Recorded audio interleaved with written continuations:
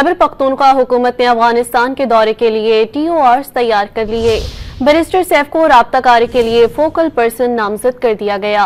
जराये के मुताबिक अफगानिस्तान से बातचीत के लिए बैरिस्टर सैफ की सरबराही में 2 वफ्द अफगानिस्तान जाएंगे। जराये का कहना है कि मुज़ाकरात के तमाम इंतज़ामात बैरिस्टर सैफ देखेंगे। उनकी सरबराही में इब्तदाई बातचीत के लिए बॉर्डर एरिया के चंद कबायली जामा और एक जिम्मेदार हुकूमती ऑफिशियल पर मुश्तमिल वफ्द जाएगा। पहला वफ्द मुज़ाकरात के लिए माहौल साजगार बनाने समेत मुज़ाकरात के लिए सिफारती उमूर निपटाएगा। दूसरा वफ्द कई स्टेक होल्डर्स पर मुश्तमिल होगा। वफ्द भेजने का मकसद क्रॉस बॉर्डर ट्राइबल डिप्लोमेसी मजबूत करना है। खैबर पख्तूनख्वा हुकूमत ने अफगानिस्तान के दौरे के लिए TORs तैयार कर लिए।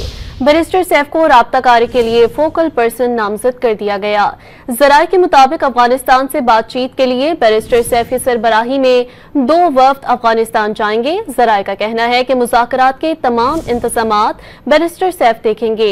उनकी सरबराही में इब्तदाई बातचीत के लिए बॉर्डर एरिया के चंद कबायली जामा और एक जिम्मेदार हुकूमती ऑफिशियल पर मुश्तमिल वफ्द जाएगा।